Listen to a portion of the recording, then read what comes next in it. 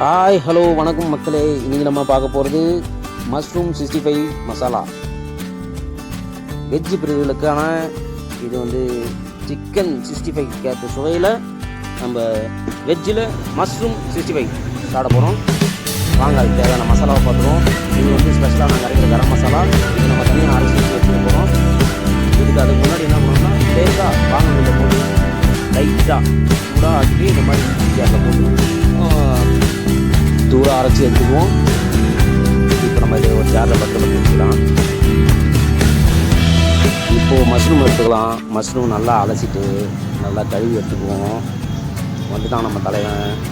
ஒரு தலைமையிலே நம்ம சால்ட்டு போட்டுட்டு தனியாக பவுடரு, 65 மசாலா, சில்லி பவுடரு, மெயினாக நம்ம அரைச்சி வச்சுருக்கிற கரம் மசாலா. இதுதான் மெயின். இது கரம் மசாலா நம்ம சில்லி பவுடர் நம்ம காரத்துக்கு ஏற்ற மாதிரி எவ்வளோ தேவையோ உங்களுக்கு அதுக்கேற்ற மாதிரி போட்டுக்கோங்க. இப்போ நம்ம அரைச்சி வச்சுருக்க இஞ்சி பூண்டு பேஸ்ட் எடுத்து போட்டு போகிறோம்.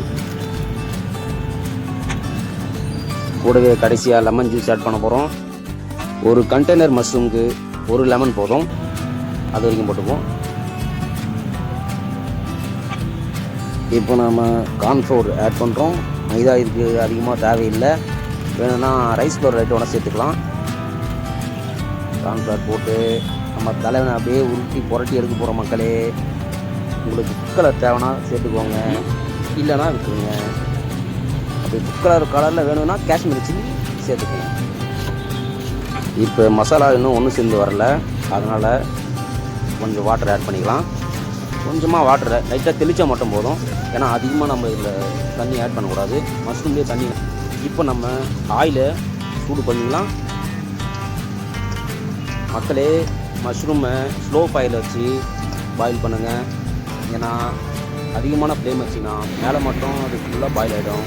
அதான் தலையில் ஒன்று ஒன்றா உள்ளே இறக்கிடுவோம். ஃபுல்லாகவே பார்த்திங்கன்னா ஸ்லோ பாயிலில் வச்சுட்டு கடைசியாக இறக்கும் போது கொஞ்சம் ஃபயர் வச்சுட்டு இறக்கிடுங்க. உருகி போச்சு.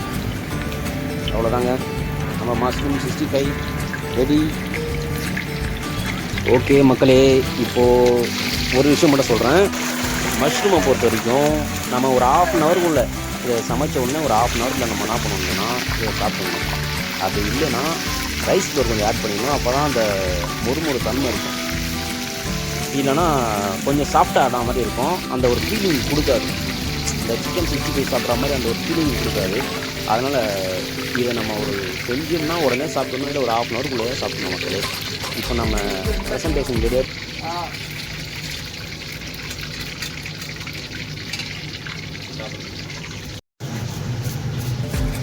சாட் மசாலா போட்டு சாப்பிட்றவங்க சாட் மசாலா போட்டு சாப்பிட்லாம். இல்லைனா நம்ம மஷ்ரூம் 65 அப்படியே சாப்பிட்லாம். டேஸ்ட் நல்லா அவ்வளோ அருமையாக இருக்குங்க. இதை நீங்கள் எல்லாருமே வீட்டில் ட்ரை பண்ணி பாருங்கள். இதை நீங்கள் எல்லாருமே வீட்டில் ட்ரை பண்ணி பாருங்கள். நன்றி, வணக்கம் மக்களே.